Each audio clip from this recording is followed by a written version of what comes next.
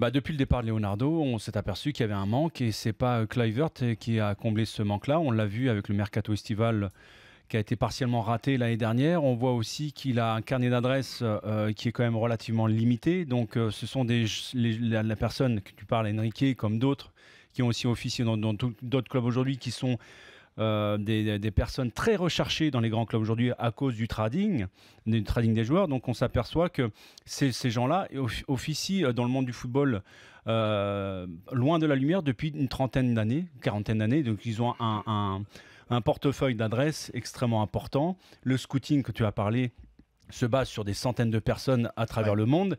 Donc, c'est pas du tout les références qu'a Kluivert à l'heure actuelle. Et Leonardo a posé les premières marches, justement, du succès du Paris Saint-Germain en faisant venir tout un tas de joueurs en Italie et des grands joueurs qui ont permis, justement, aux Qataris de pouvoir bâtir leur projet. Donc, quelque part, oui, on n'a pas envie de revoir ce qui s'est produit l'été dernier.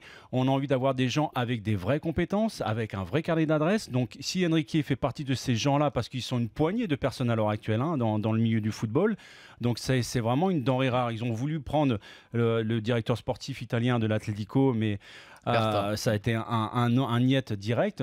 Donc, quand je vois le pédigré de ce garçon, avec les très très bons coups qu'il a fait, tu as cité des joueurs, mais il y en a d'autres également. La liste elle est énorme. La liste est énorme, donc je pense que les Parisiens, le Paris Saint-Germain, ont bien compris que le fait d'acheter des joueurs de 30 à 40 millions d'euros, ça allait, mais jusqu'à une certaine mesure, et que prendre des jeunes joueurs aussi avec un fort potentiel et les faire grandir, c'était aussi bien, mais ça, il faut se baser sur des gens qui ont la possibilité d'avoir un réseau.